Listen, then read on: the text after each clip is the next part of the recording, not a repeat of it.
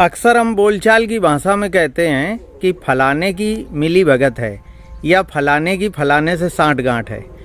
अब ये मुहावरा तो खूब चलता है, लेकिन ये उत्पन्न कैसे हुए और इनका मतलब कैसे निकाला जाए, तो पहले समझते हैं मिली भगत।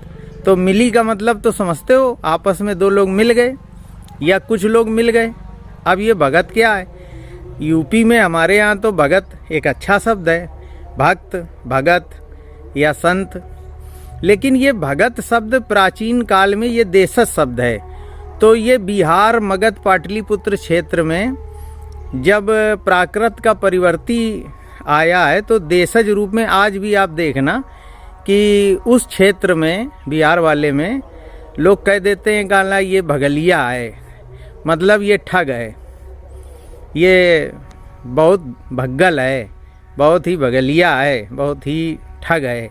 ये देशज शब्द के रूप में चलता है। तो ये जो मुहावरा है ये मूल रूप से बना वहीं था कि दो या दो से अधिक ठगों की जो मिली भगत है, भगलिया माने ठग, तो उसको हम अब पूरे हिंदी भाषी क्षेत्र में कहते हैं, दो ठग जब मिल के किसी को लूटते हैं तो ये मिली भगत है।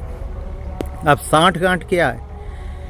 देखिए, सांठ, सठ को आप संस्कृत में एक सुना होगा, सठे साठ्यम समाचारेत, मतलब बुरे के साथ बुरा बनिए। तो सठ का अर्थ बुरे से लगाया जाता है और गांठ माने गठजोड़, वो तो आप समझते ही हैं। तो बुरे, दो या दो से अधिक बुरे लोगों ने आपस में गठबंधन कर लिया और सांठ गांठ कर ली।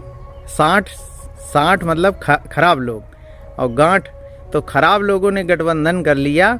तो जब किसी के साथ ठगी होती तो कहते हैं भैया वो सब दो चार लोग जो हैं वो आपस में सांठ गांठ किए हैं और मिलजुल के तुम्हें ठगा है। इसी तरह कह देते हैं अरे भाई उनकी दोनों लोगों की मिली भगत है और दोनों ने मिल के तुम्हें ठग लिया है, लूट लिया है। तो ये मुहावरा ऐसे पूरे हिंदी भाषी क्षेत्र में दोनों चले हैं।